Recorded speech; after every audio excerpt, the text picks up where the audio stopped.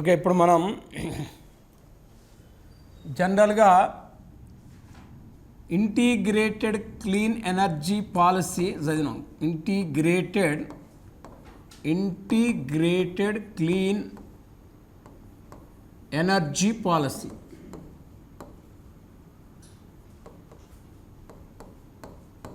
Policy 4.0 2024-29. మరి integrated clean energy policy 40-24-29 మనం ఇంతసేపు చదివినాం. దీంట్లో సోలార్ విద్యుత్తును ఉత్పత్తి చేయాలని ఉంది, పవన విద్యుత్ ఉత్పత్తి చేయాలి, పంపు స్టోరేజ్ విద్యుత్ ఉత్పత్తి చేయాలి, బయోఫ్యూయల్ విద్యుత్ ఉత్పత్తి చేయాలని ఉన్నది. అయితే వాస్తవానికి మనకు సోలార్ విద్యుత్తును ఉత్పత్తి చేయాలంటే సోలార్ పార్కులను ఏర్పాటు చేయాలి. సోలార్ పార్కులు, ఇక్కడ సోలార్ పార్కులు, బయోఫ్యూయల్ పార్కులు, మరి హైడ్రోజన్ పార్కులని ఏర్పాటు చేయాలి. అంటే పార్కులు, సోలార్ పార్కులు మినిమం ఈ సోలార్ విద్యుత్తు ఉత్పత్తి చేయడానికి సోలార్ పార్కుల కోసం భూమి యొక్క లీజు గరిష్టం 30 సంవత్సరాలండి. ఎందుకంటే 1, 2, 3 ఏళ్ళు గవర్నమెంట్ లీజు తీసుకోదు, 30 సంవత్సరాలు లీజు తీసుకుంటుంది. అంటే లీజు పీరియడే మినిమం 30 సంవత్సరాలు. ఇక్కడ ప్రైవేటు భూములనే సేకరిస్తారు, 30 సంవత్సరాలు ప్రైవేటు భూములనే సేకరిస్తారు. 30 years ప్రైవేటు భూములు, ఇది 30 సంవత్సరాలు ప్రైవేటు భూములనే సేకరిస్తారని చెప్తున్నాం.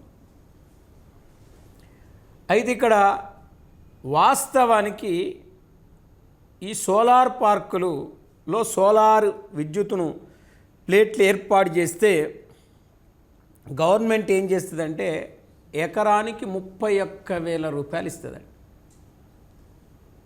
అంటే ఎకరానికి కౌలు ఎంత ఇస్తుందంటే ఎకరానికి కౌలు 31,000 రూపాయలు ఇస్తుంది. 31,000 రూపాయలు. ఇది మరి 31,000 రూపాయలు అంటే మరి ఎక్కువనా తక్కువనా?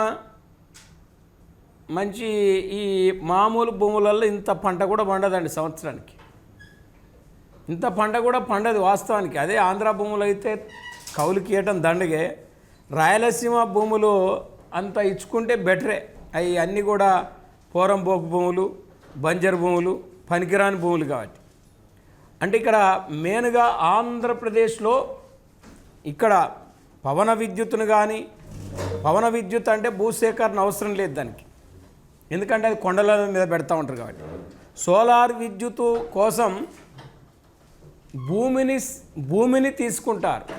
భూమిని తీసుకున్నప్పుడు లీజ్ పీరియడ్ గరిష్టం ఎంత అని చెప్పిన 30 ఏళ్ళు రాసిస్తారు. నీకు ఎకరానికి ఎంత కట్టిస్తారు?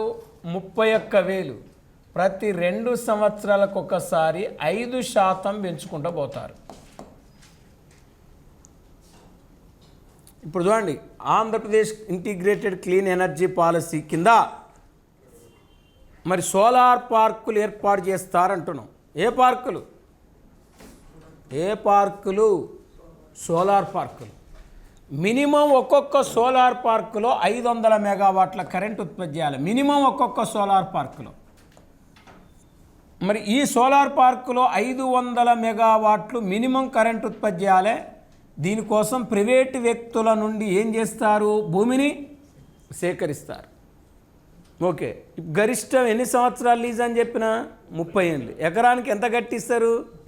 31,000. ప్రతి 2 సంవత్సరాలకి ఎంత పెంచుకుంటూ పోతారు? 5%. 100కి 5%. ఇప్పుడు నీకు ఈ సంవత్సరం 31,000 ఇచ్చారు కౌలు. నీ భూమిలో ఏం పెట్టారు? సోలార్ ప్లేట్లు పెట్టారు. ఇచ్చి ఎన్ని సంవత్సరాలు మర్చిపోవాలి నువ్వు? 30 ఏళ్ళు. ఇప్పుడు నీకు 31,000 ఇచ్చారు ఈ సంవత్సరం, నెక్స్ట్ ఇయర్ 31,000 ఇచ్చారు. ఎకరానికి నువ్వు ఒక 10 ఎకరాలు ఇచ్చినావు 3 లక్షల పైకి ఇస్తారు నీకు. 3,30,000 ఎకరాలు ఇస్తే 3,30,000 ఇస్తారు. 10 ఎకరాలు ఇస్తే సార్ 30 పాదులు 3 లక్షలు పైన 10,000 అంటే ఎకరానికి 31,000 అంటే 10 ఎకరాలు నువ్వు ఇస్తే గవర్నమెంట్కి నీకు ఇచ్చే కౌలు సంవత్సరానికి ఎంత? ఎకరానికి 31,000 కౌలు. నువ్వు అప్పజెప్పిన భూమి 10 ఎకరాలు, నీకు సంవత్సరానికి ఇచ్చే కౌలు ఎంత? 3,10,000 రూపాయలు ఇస్తారు. అట్లా ఆఫ్టర్ 2 ఇయర్స్ తర్వాత దాని మీద 5% అంటే నీకు 3 లక్షలకు 15,000 పెరుగుతుంది, 10,000కు 500 పెరుగుతుందండి. దాదాపు నీకు 3,25,000 అని కొత్తది కౌలు. మళ్ళీ 2 ఇయర్స్ కాగానే మళ్ళీ 5% ఆ పెరిగిన దాని మీద మళ్ళీ అట్లా ప్రతి 2 సంవత్సరాలకు ఒకసారి ఎంత శాతం కౌలు పెంచుకుంటూ పోతారు? 5%. ఎవరైతే సోలార్ కోసం భూములను లీజుకి ఇస్తారో వాళ్ళ గవర్నమెంటు ఈ విధంగా చెల్లిస్తుంది. ప్లస్ బయోఫ్యూయల్ కాంప్లెక్స్ విద్యుత్ ఉత్పత్తికి భూములు ఇచ్చిన వారికి ఎకరానికి 15,000 రూపాయలు ఇస్తుంది. అంటే ఇది సోలార్ విద్యుత్ కోసం భూములు ఇచ్చిన వాళ్ళకు 31,000 రూపాయలు ఇస్తుంది. బయోఫ్యూయల్ విద్యుత్ ఉత్పత్తి చేసే భూములకు గవర్నమెంట్ కట్టి ఇచ్చేది 15,000 రూపాయలు. మరి దీనికి ఎందుకు తక్కువ? బయోఫ్యూయల్ అంటే ఏం చేస్తారు అక్కడ ఆ భూములలో? బయోఫ్యూయల్ రోజుకు చెప్పిన కదా, రోజుకు ఎన్ని బయోఫ్యూయల్ విద్యుత్తును ఉత్పత్తి చేయాలని చెప్పిన? 10,000 టన్నుల బయోఫ్యూయల్ విద్యుత్తును ఉత్పత్తి చేయాలని టార్గెట్ పెట్టుకుంది క్లీన్ ఎనర్జీ పాలసీ. మరి బయోఫ్యూయల్ ద్వారా విద్యుత్ ఉత్పత్తి చేయాలంటే ఆ భూములలో ఏం చేయాలి?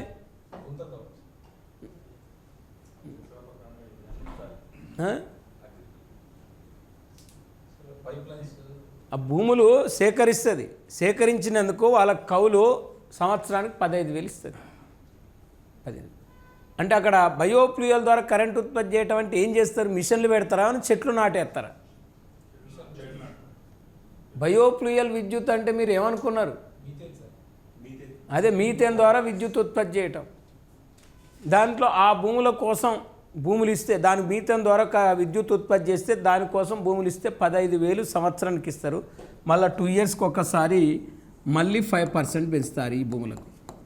ఇక హైడ్రోజన్ ద్వారా విద్యుత్తును ఉత్పత్తి చేస్తే హైడ్రోజన్ ద్వారా విద్యుత్తును ఉత్పత్తి చేస్తే విద్యుత్ ఉత్పత్తి చేస్తే ఈ భూములకు 1,00,000 రూపాయలు ఇస్తారండి కౌలు. అంటే హైడ్రోజన్ విద్యుత్తును ఉత్పత్తి చేసే భూములకు ఇచ్చేది ఎకరానికి 1,00,000 రూపాయలు సంవత్సరానికి. దీనికి ఎక్కువ కాస్ట్ ఉంది. మరి ఈ విధంగా హైడ్రోజన్ విద్యుత్ ఉత్పత్తి, బయోఫ్యూయల్ విద్యుత్ ఉత్పత్తి, సోలార్ విద్యుత్ ఉత్పత్తి కోసం ప్రత్యేకంగా ఈ ఇంటిగ్రేట్ క్లీన్ ఎనర్జీ పాలసీ కింద మన ప్రభుత్వం భూములను సేకరిస్తుంది. మినిమం ఒక్కొక్క సోలార్ పార్కులో ఎంత కరెంట్ ఉత్పత్తి చేయాలి? 500 మెగావాట్లు. ఇది ఈ లక్ష్యం పెట్టుకుందండి. అయితే ఇవాళ ఆంధ్రప్రదేశ్ ప్రభుత్వం గ్రీన్ హైడ్రోజన్ ప్రాజెక్టును 1,00,000 కోట్ల రూపాయలతో విశాఖపట్నంలో ఏర్పాటు చేస్తుందండి. Green hydrogen project, green hydrogen ప్రాజెక్టును ఆంధ్రప్రదేశ్ ప్రభుత్వం 1,00,000 కోట్ల రూపాయలతో విశాఖపట్నంలో ఏర్పాటు చేస్తుంది.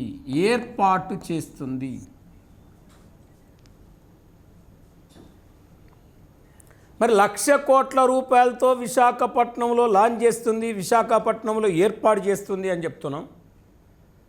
దీనికి నేషనల్ హైడ్రోజన్ కార్పొరేషన్ అనే సంస్థ, ఏపీ జెనుకోల సంయుక్త భాగస్వామ్యంతో దీన్ని ఏర్పాటు చేస్తున్నారు. ఎవరెవరు కలిసి నేషనల్ హైడ్రోజన్ ప్రాజెక్టును విశాఖపట్నంలో లాంచ్ చేస్తున్నారు?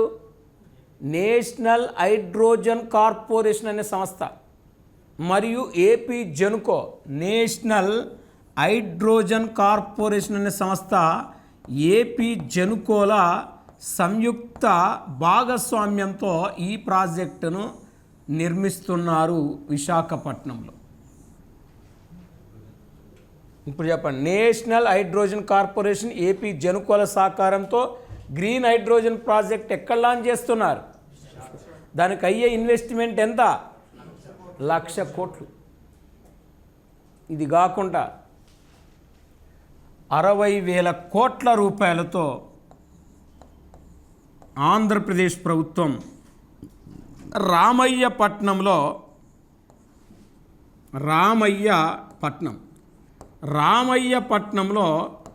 బీపీసీఎల్ను ఏర్పాటు చేయాలని నిర్ణయించింది.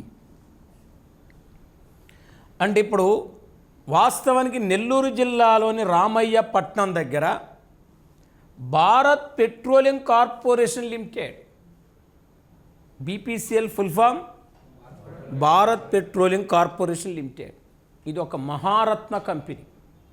బీపీసీఎల్ కానీ, హెచ్పీసీఎల్ కానీ, బెల్ కానీ, పీజీసీఎల్ కానీ, ఆర్ఈసీ కానీ, కోల్ ఇండియా లిమిటెడ్ కానీ, ఎన్టీపీసీ కానీ, ఐఓసీ కానీ, బిహెచ్ఎల్ కానీ, మరి ఇక్కడ ఇవన్నీ మహారత్న కంపెనీలు. రీసెంట్గా ఆయిల్ ఇండియా కార్పొరేషన్ కూడా మొన్న లేటెస్ట్గా మహారత్న హోదా వచ్చింది. అలాంటి మహారత్న కంపెనీలో ఒకటైన BPCL Bharat petroleum corporation limited 60,000 కోట్ల రూపాయలతో రామయ్యపట్నంలో లాంచ్ చేస్తున్నారు. మరి దీని తర్వాత మనం చూస్తే మన ఇంటిగ్రేటెడ్ క్లీన్ ఎనర్జీ పాలసీలో పంపు స్టోరేజ్ విద్యుత్ ఉత్పత్తిని కూడా ప్రోత్సహించాలని చెప్పుకున్నాం. పంపు స్టోరేజ్ విద్యుత్ ప్రాజెక్టులు, మరి పంపు స్టోరేజ్ విద్యుత్ ప్రాజెక్టుల కోసం ఆంధ్రప్రదేశ్ ప్రభుత్వం మరి అరటివెల్లి, దీనేపల్లి, గండికోట, రాజుపాలెం అనే ప్రదేశాల్లో భూసేకరణ 50,000 ఎకరాల భూమిని సేకరించాలని లక్ష్యం పెట్టుకుంది. అంటే ఎక్కడెక్కడ అంటే మనం ఒకసారి చూస్తే ఇక్కడ 50,395 ఎకరాల భూమిని సేకరించాలని అంచనా ఈ పంపు స్టోరేజ్ విద్యుత్ ప్రాజెక్టు లాంచ్ చేయటం కోసం. ఒకటి యాగంటి, నంద్యాల జిల్లా అండి. యాగంటి ఏ డిస్టిక్? నంద్యాల జిల్లా. అక్కడ పంపు స్టోరేజ్ విద్యుత్ ప్రాజెక్ట్ని ఏర్పాటు చేయాలి. యాగంటి ఏ జిల్లా? నంద్యాల జిల్లా. మళ్ళీ యాగంటి ఏ జిల్లా? నంద్యాల జిల్లా అంటే బానగానపల్లి దగ్గర ఉంటుంది. బేతంచెర్ల బానగానపల్లి మధ్యలో ఉంటుంది యాగంటి.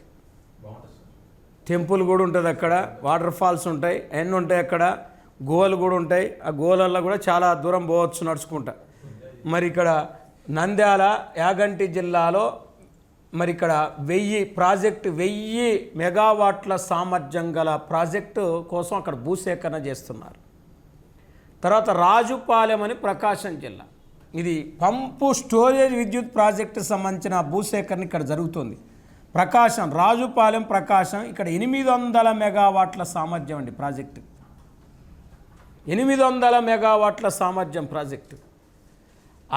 అరవేటిపల్లి వైఎస్ఆర్ డిస్టిక్. మరి అరవేటిపల్లి వైఎస్ఆర్ డిస్టిక్లో 1320 మెగావాట్ల సామర్థ్యం గల విద్యుత్ స్టోరేజ్ పంపు ప్రాజెక్ట్ని ఏర్పాటు చేయాలనుకుంటారు. అది 1320 మెగావాట్లు. ఇక్కడ చూడండి, అరవేటిపల్లి ఏ జిల్లా? వైఎస్ఆర్ డిస్టిక్. గడికోట అన్నమయ్య డిస్టిక్. ఇక్కడ 1200 మెగావాట్ల సామర్థ్యం గల పంపు స్టోరేజ్ విద్యుత్ ప్రాజెక్ట్ని ఏర్పాటు చేయాలి. తర్వాత దిన్నెపల్లి వైఎస్ఆర్ డిస్టిక్, ఈడ 750 మెగావాట్లు. మరి చూడండి, 750 మెగావాట్లు అంటే చూడండి, దిన్నెపల్లి, గడికోట, అరవేటిపల్లి, రాజుపాలెం, మరి యాగంటి. ఇక్కడ ఆంధ్రప్రదేశ్ ప్రభుత్వం ఇంటిగ్రేటెడ్ క్లీన్ ఎనర్జీ పాలసీ కింద పంపు స్టోరేజ్ విద్యుత్ ప్రాజెక్టులను ఏర్పాటు చేయటం కోసం 50,000 ఎకరాల భూమిని సేకరించాలని టార్గెట్ పెట్టుకున్నాను. ఎన్ని వేల ఎకరాల భూమి? 50,000 ఎకరాల భూమిని.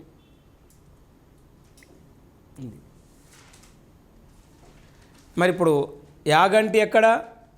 నంద్యాల జిల్లా. రాజుపాలెం ఎక్కడ? ప్రకాశం జిల్లా. మరి అరవేటిపల్లి ఎక్కడ? వైఎస్ఆర్ జిల్లా. గడికోట ఎక్కడ? అన్నమయ్య జిల్లా. దిన్నెపల్లి ఎక్కడ? వైఎస్ఆర్ జిల్లా. ఇక్కడ పంపు స్టోరేజ్ విద్యుత్ ప్రాజెక్టులు ఏర్పాటు చేయాలని లక్ష్యం పెట్టుకుంది. అందుకే ఇక్కడ ఈ 5 చోట్ల 50,000 ఎకరాల భూమిని సేకరించాలని ఆంధ్రప్రదేశ్ ప్రభుత్వం నిర్ణయించుకుంది. ఈ పాలసీ కింద అక్కడ పంపు విద్యుత్ స్టోరేజ్ ప్రాజెక్టులను ఏర్పాటు చేయాలి అక్కడ. అది టార్గెట్.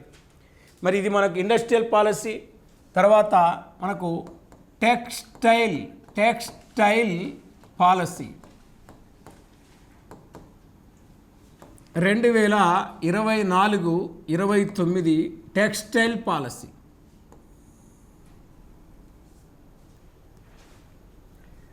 అంటే ఈ 24-29 టెక్స్టైల్ పాలసీ జనరల్గా మనం ఒక్కసారి చూస్తే ఈ పాలసీ యొక్క నినాదం ఏంటిదంటే ఫార్మ్ టు ఫ్యాబ్రిక్. మరి ఫార్మ్ టు ఫ్యాబ్రిక్ అంటే ఏంది? ఫార్మ్ అంటే ఏంది? ఫ్యాబ్రిక్ అంటే ఏంది? ఫార్మ్ అంటే ఏంది? ఇండస్ట్రీ. ఫ్యాబ్రిక్ అంటే ప్రోడక్ట్. ఫార్మ్ టు ఫ్యాబ్రిక్ అనే నినాదంతో స్టార్ట్ అయింది. ఫార్మ్ అంటే ఫర్మ్ అంటాం. FIRM ఫర్మ్ అంటే పరిశ్రమ. అర్థమైంది?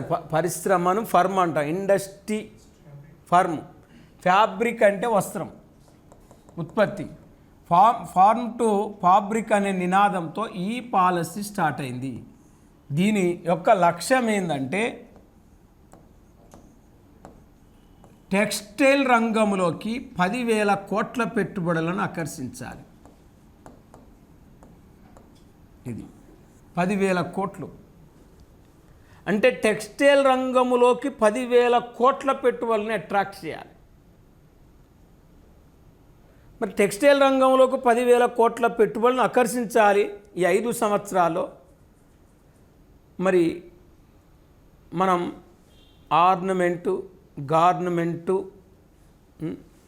ఆర్నమెంట్స్ అంటే ఏంటిది? ఆభరణాలు. మరి టెక్స్టైల్ను మనం రెడీమేడ్ని ఏమంటాం? గార్మెంట్స్ అంటాం. Textile and garments. Readymade garments difference. ఇప్పుడు చొక్కా క్లాత్ తానుకు తానే ఉంటుంది 100 మీటర్లు, దాన్ని గార్మెంట్స్ అంటాం. ఈ చొక్కాను కుట్టి అమ్మటాన్ని రెడీమేడ్ అంటామండి. మరి చూడండి, బంగారం, గోల్డ్, ఆర్నమెంట్స్, తయారైన నగలు. ఇప్పుడు అంతా మనకు రెడీమేడ్ ప్రపంచం వస్తుంది. ఏదైనా మనం డైరెక్ట్ పోయి కొనుక్కొని రావటమే, అక్కడ ట్రయల్లో వేసుకొని చూసుకొని కొనుక్కొని రావటమే. అందుకే ఇప్పుడు రెడీమేడ్ ప్రపంచం విస్తరిస్తుంది. ఈ మధ్యలో మెయిన్గా టెక్స్టైల్ అంటే ఎక్కువగా కాటన్ వస్త్రాలు ఎక్కువ వాడుతున్నారండి. ఒకప్పుడు నైలాన్ వాడేటోళ్ళు, టెర్లిన్ వాడేటోళ్ళు, డెకరాన్ వాడేటోళ్ళు, పాలిస్టర్ వాడేటోళ్ళు, రేయాన్ వాడేటోళ్ళు. నైలాన్ కానీ, టెర్లిన్ కానీ, డెకరాన్ కానీ, పాలిస్టర్ కానీ, రేయాన్ కానీ ఇది నేచురల్ కాదండి. ఇది కృత్రిమమైన వస్త్రాలు, కెమికల్తో తయారు చేసిన వస్త్రాలు. చూడండి, ఇప్పుడు అదే కాటన్ అనుకోండి, ఇది నేచురల్గా భూమిలో పండుతుంది పత్తి. జూట్ అనుకోండి, భూమిలో పండుతుంది పత్తి. పట్టు అనుకోండి, భూమిలో పండుతుంది పత్తి. ఇది సహజ నువ్వులు అంటారు వీటిని, పత్తిని, జూటును, కాటన్ని. కానీ రేయాన్, నైలాన్, టెర్లిన్, డెకరాన్, పాలిస్టర్ ఇది నేచురలా? ఆర్టిఫిషియల్. మనం ప్లాస్టిక్ చైర్ ఎట్లా తయారు చేస్తామో ఆ మొత్తం రసాయనాలను ఉపయోగించి వాటి తయారు చేస్తారు. అందుకే ఈ మధ్యలో జనాలు పాలిస్టర్ వాడతారు, మొత్తం నేచురల్ కాటన్ వస్త్రాలు వాడతారు. అందుకే కాటన్ పరిశ్రమలను ఎక్కువగా ప్రోత్సహించి కాటన్ పరిశ్రమలో ప్రత్యక్షంగా పరోక్షంగా ఈ 5 ఇయర్స్లో 2 లక్షల మందికి ఉపాధి అవకాశాలు కల్పించాలి. ప్రత్యక్షంగా direct or indirect employment to textile sector in 5 years 2 lakhs. ఇక్కడ ప్రత్యక్షంగా పరోక్షంగా టెక్స్టైల్ ఇండస్ట్రీలో 2 లక్షల మందికి ఉపాధి అవకాశాలు కల్పించాలి. Employment opportunity provide to the textile sector 2 lakhs are direct in indirect in 5 years. ఈ 5 సంవత్సరాల్లో ప్రత్యక్షంగా కానీ పరోక్షంగా కానీ మనకు టెక్స్టైల్ రంగం ద్వారా 2 లక్షల మందికి ఉపాధి అవకాశాలు కల్పించడమే కాకుండా ఈ 2024-29 మధ్యకాలంలో ఆంధ్రప్రదేశ్ నుంచి $1 బిలియన్ టెక్స్టైల్ వస్తువులను ఎగుమతి చెయ్యాలి. $1 బిలియన్ టెక్స్టైల్ ఎగుమతులను చెయ్యాలి. టెక్స్టైల్ ప్రోడక్ట్ను ఎక్స్పోర్ట్ చేయాలి.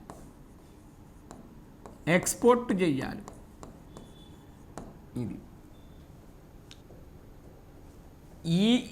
ఈ మధ్యలో ఎన్ని $1 బిలియన్?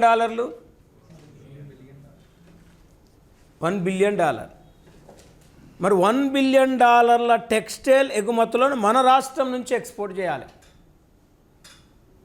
మరి అందుకే ఆంధ్రప్రదేశ్ ప్రభుత్వం ఈ పాలసీకి అనుగుణంగా ఆంధ్రప్రదేశ్లో 5 ఇంటిగ్రేటెడ్ టెక్స్టైల్ పార్కులు ఏర్పాటు చేయాలని నిర్ణయించింది. మరి ఇక్కడ established my textile park integrated textile పార్కులు, integrated textile parks, integrated textile park 5 integrated textile పార్కులను ఏర్పాటు చేయాలని నిర్ణయించింది. మినిమం ఒక్కొక్క పార్కు 500 acres ఉండాలి. మినిమం పార్కే 500 acres. Integrated textile park means సమీకృత వస్త్రపు పార్క్ అంటారు తెలుగులో. చూడు, సమీకృత వస్త్ర పార్క్ అంటారు దాని తెలుగులో. ఇంగ్లీష్లో integrated textile park. Minimum park యొక్క అంటే ఎన్ని ఎకరాలు ఉండాలి? మినిమమే 500 ఎకరాలు అంటే ఇక మ్యాక్సిమం ఎంతైనా ఉండొచ్చు. మరి ఇంటిగ్రేటెడ్ టెక్స్టైల్ పార్క్కి తేడా ఏంటి? Differences between textile park, integrated textile park. మన నరేంద్ర మోడీ కూడా దేశవ్యాప్తంగా ప్రధానమంత్రి మిత్ర టెక్స్టైల్ పార్కులు 7 ఏర్పాటు చేయాలని మన బడ్జెట్లో చెప్పాడు. దేశవ్యాప్తంగా 7 PM మిత్ర ఇంటిగ్రేటెడ్ టెక్స్టైల్ పార్కులు. అలా ఆంధ్రప్రదేశ్ లేదు ఆ 7 పార్కులలో. మరి ఆ 7 ప్రకటించింది సెంట్రల్ గవర్నమెంట్. మరి అలా ఏపీ లేదు. మరి మన రాష్ట్రం ఇప్పుడు 5 ఇంటిగ్రేటెడ్ టెక్స్టైల్ పార్కులు ఏర్పాటు చేయాలి. ఈ పాలసీని ఈ వస్త్ర ఉత్పత్తులను ఎంకరేజ్ చేయడానికి. అంటే ఇంటిగ్రేటెడ్ అంటే సకల సదుపాయాలు ఉంటాయండి ఆ పార్కులో. అర్థమైందా? అన్ని రకాల ఫెసిలిటీస్ ఉంటే దాన్ని ఏమంటాం? ఇంటిగ్రేటెడ్ పార్కులు అంటారు వాటిని. డిఫరెంట్ టైప్స్ ఆఫ్ ఫెసిలిటీస్ ఉంటాయి. మరి టెక్స్టైల్ పార్క్ అంటే ఏదో కాదు, మళ్ళీ ఒక 1000 ఎకరాలు 2000 ఎకరాలు 3000 ఎకరాల భూమి ఉన్నప్పుడు అందులో అనేక రకాల చేనేత కార్మికులు వచ్చి ఏం చేస్తారు? టెక్స్టైల్ ఇండస్ట్రీస్ని పెట్టుకున్నప్పుడు ఆ చేనేత కార్మికులకు కావాల్సిన అన్ని రకాల సదుపాయాలను గవర్నమెంట్ ఆ పార్కులో కల్పించినప్పుడు, ఆ చేనేత పరిశ్రమలకు కావాల్సిన మౌలిక సదుపాయాలు అందుబాటులో ఉన్నప్పుడు అప్పుడు ఆ చేనేత పరిశ్రమలకు వ్యయం తగ్గి రాబడి పెరుగుతూ ఉంటుంది. లేకపోతే ఒక్కొక్క చేనేత పరిశ్రమ ఒక్కాడు ఉన్నప్పుడు వాళ్ళకి ఆదాయం తక్కువ ఉంటుంది, ఖర్చు ఎక్కువ ఉండి నష్టాలకు వచ్చినప్పుడు చేనేత పరిశ్రమలు మూతపడతాయండి. అందుకే ఇప్పుడు వస్త్ర పరిశ్రమలను చేనేత పరిశ్రమ కాపాడడానికే ఆంధ్రప్రదేశ్ ప్రభుత్వం ఈ టెక్స్టైల్ పాలసీ అని ఒకటి కొత్తగా తీసుకొచ్చింది. మరి ఇప్పుడు ఇది మనకు దీనికి సంబంధించిన అంశం. ఇప్పుడు మనం మరి పాలసీలు గురించి మనం అధ్యయనం చేయటం జరిగింది. కొన్ని ముఖ్యమైన పాలసీలు ఒక 8-9 మనం 10 దాకా చదివినాం నిన్న మనం. వైఎస్ఆర్ భరోసా ఇట్లాంటి పాలసీ. ఇక నెక్స్ట్ మనం చూస్తే మనకు శ్వేతపత్రాలు, ఇక్కడ స్వర్ణాంధ్ర 2047 చదివిన తర్వాత మనకు శ్వేతపత్రాలు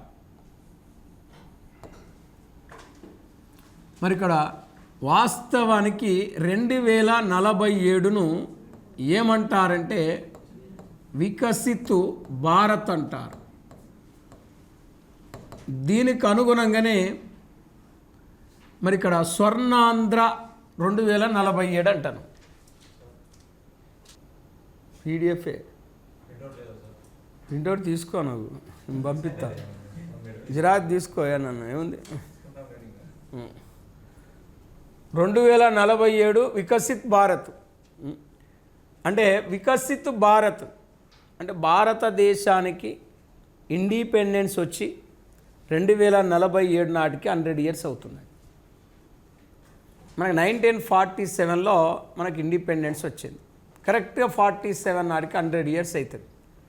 మరి ఈ 100 ఇయర్స్ నాటికన్నా మనం స్వాతంత్రం వచ్చిన పోయి 100 ఇయర్స్ నాటికైనా భారతదేశం అభివృద్ధి చెందిన దేశం అవుతుందా అనేది మనం question mark. India is a developed country అవుతుందా, ఇంకా డెవలపింగ్ కంట్రీ ఉంటుందా అంటే డెవలప్డ్ కంట్రీ అవుతుందనే వికసిత్ భారత్ అనే ఒక లక్ష్యాన్ని ఎంచుకున్నారు. వికసిత్ భారత్ అంటే అర్థం ఏంటంటే భారతదేశం అన్ని రంగాలలో అభివృద్ధి చెందాలి, ఆల్ సెక్టార్స్. మరి అన్ని రంగాల్లో వికసించిపోవాలి భారతదేశం.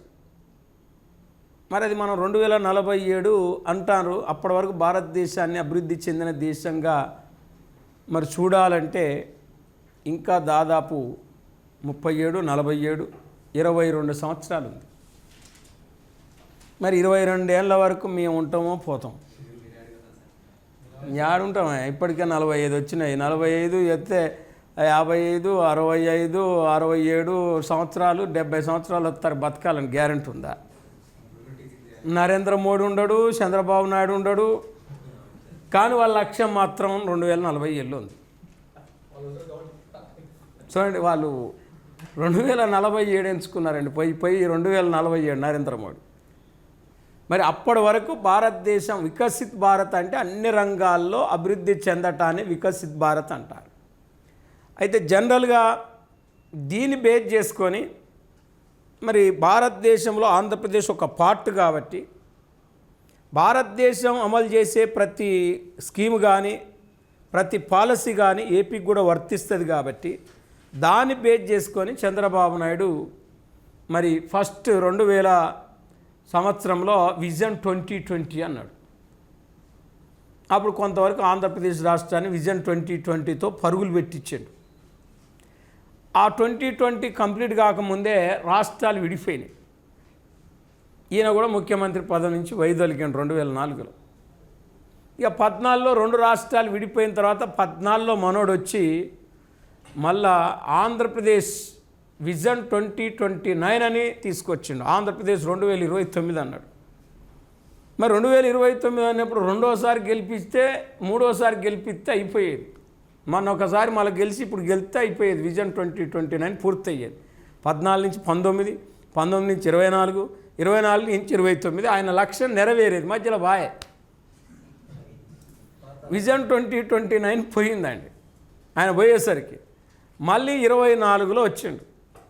24లో వచ్చి మరి ఇప్పుడు వాస్తవానికి 2047 అంటాడు. ఆయనకు అర్థమైంది 2029 సాధ్యం కాదని. అందుకే 2047 అనే ఒక గోల్ను పెట్టుకున్నాడు. అంటే అప్పటి వరకు ఆంధ్రప్రదేశ్ను అన్ని రంగాలలో అభివృద్ధి చెయ్యాలి. దానికే గోల్డెన్ ఆంధ్రప్రదేశ్ అన్నాడు. స్వర్ణాంధ్రప్రదేశ్ అని పేరు పెట్టిండు దానికి. స్వర్ణాంధ్ర అంటే అర్థం ఏంటంటే పేదవాళ్ళు ఉండొద్దు, నిరుద్యోగం ఉండొద్దు, మరి ఆర్థిక వ్యవస్థ అన్ని రంగాలు అభివృద్ధి చెందాలి, ప్లస్ తలసరి ఆదాయం పెరగాలి, జిఎస్డిపి పెరగాలి, అక్షరాస్యత పెరగాలి, ఎక్స్పోర్ట్స్ పెరగాలి, వ్యవసాయ రంగంలో అభివృద్ధి ఉండాలి, పారిశ్రామిక రంగంలో అభివృద్ధి ఉండాలి, సేవా రంగంలో అభివృద్ధి ఉండాలి. ఎన్ని రంగాల్లో అభివృద్ధి ఉంటేనే దాన్ని స్వర్ణాంధ్ర అంటారు. మరి ఈ స్వర్ణాంధ్రకు సంబంధించి ఒక విజన్ డాక్యుమెంట్ 2024 అక్టోబర్ 16 నుంచి 20 మధ్యలో తయారు చేశారు. అంటే 2024 అక్టోబర్ 16 నుండి 20 మధ్యలో ఈ స్వర్ణాంధ్రకు సంబంధించిన డాక్యుమెంట్, ఒక విజన్, ఒక ముసాయిదా, ఒక కార్యాచరణ తయారు చేశారు. తయారు చేసిన తర్వాత 2024 అక్టోబర్ 28న స్వర్ణాంధ్ర డాక్యుమెంటు పూర్తయింది, ముసాయిదా సిద్ధమైంది. అంటే స్వర్ణాంధ్ర సంబంధించిన డాక్యుమెంటును సిద్ధం చేయటం జరిగింది. అంటే fulfil to Swarnandhra document 2024 October 28. అయితే ఈ స్వర్ణాంధ్ర డాక్యుమెంటును 2024 డిసెంబర్ 13వ తారీఖు నాడు మరి ఆంధ్రప్రదేశ్ ముఖ్యమంత్రి నారా చంద్రబాబు నాయుడు విజయవాడలో ఇందిరాగాంధీ మున్సిపల్ స్టేడియంలో దీని మీద సంతకం పెట్టి ఈ డాక్యుమెంట్ని విడుదల చేశాడు. అంటే ఇక్కడ 2024 డిసెంబర్ 13న మరి చూడండి, CBN షార్ట్కట్లైన పేరు మరి చూడండి, అంటే CBN చంద్రబాబు నాయుడు 2024 డిసెంబర్ 13న విజయవాడలో ఇందిరాగాంధీ విజయవాడలో ఇందిరాగాంధీ మున్సిపల్ స్టేడియం అండి. మరి విజయవాడలో ఇందిరాగాంధీ మున్సిపల్ స్టేడియం అని ఒక స్టేడియం ఉంది. ఈ ఇందిరాగాంధీ మున్సిపల్ స్టేడియంలో ఆ విజన్ అంటే 2047 అనే ఒక డాక్యుమెంట్ మీద మనోడు సంతకం పెట్టాడు. సంతకం పెట్టి ఆ రోజు ఈ డాక్యుమెంట్ని రిలీజ్ చేశాడు. మరి ఇప్పుడు ఏముంది 2047 స్వర్ణాంధ్రాలో ఏముంది అంటే 2047 స్వర్ణాంధ్రాలో ఏముంది అంటే ఆంధ్రప్రదేశ్ యొక్క GSDPని 2.4 ట్రిలియన్ ఆంధ్రప్రదేశ్ ఆర్థిక వ్యవస్థను 2.4 ట్రిలియన్లకు పెంచడం. ఆర్థిక వ్యవస్థను, ఆంధ్రప్రదేశ్ ఆర్థిక వ్యవస్థను ఎన్ని ట్రిలియన్ డాలర్లకు అంటే ఆంధ్రప్రదేశ్ ఎకానమీ, ఆంధ్రప్రదేశ్ ఆర్థిక వ్యవస్థను 2.4 ట్రిలియన్ డాలర్ల ఎకానమీగా అభివృద్ధి చేయటం. ఆంధ్రప్రదేశ్ ఎకానమీని, ఏపీ ఎకానమీని 2.4 ట్రిలియన్ డాలర్ల ఎకానమీగా అభివృద్ధి చేయటం.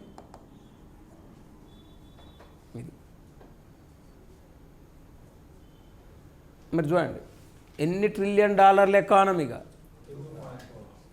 2.4 ట్రిలియన్ డాలర్ల ఎకానమీగా ఆంధ్రప్రదేశ్ ఆర్థిక వ్యవస్థను అభివృద్ధి చేయాలి. విజన్ 47లో మెయిన్ పాయింట్ ఇది. అయితే ఇప్పుడు మన GSDP గ్రోత్ రేటు మొన్న 7.35 ఉందండి. ఇది 23-24. మనకు అదే 22-23లో 5.81 ఉంది GSDP గ్రోత్ రేటు. చాలా తక్కువ, 5.81 ఉంది. 23-24లో 7.35 పెరిగింది.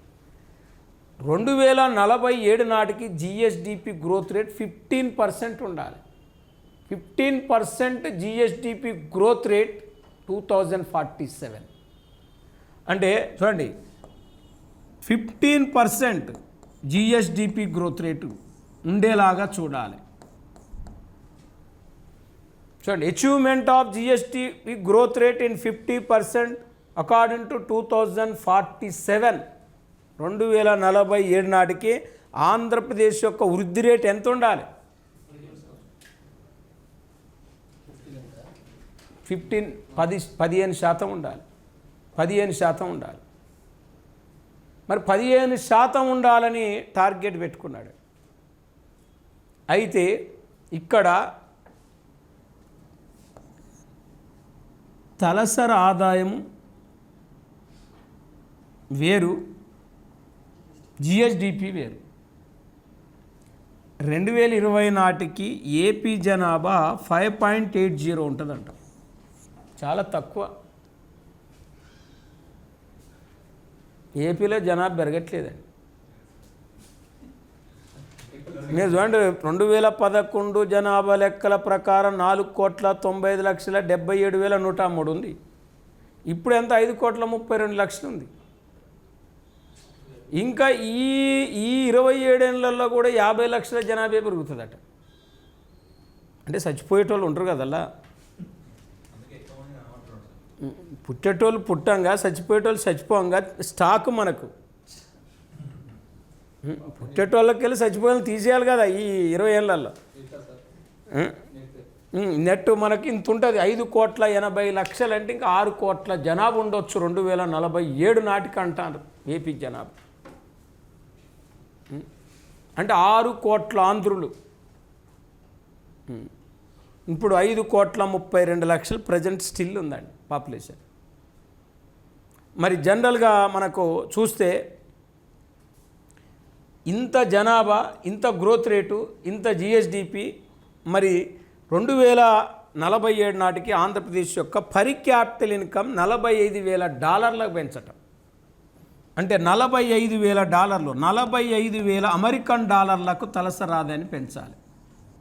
45,000 అమెరికన్ డాలర్లు. మరి ఇక్కడ per capital income increase to Andhra Pradesh $45,000 American dollars. ఇంత తలసరి ఆదాయం ఉండేటట్లు చూడాలి.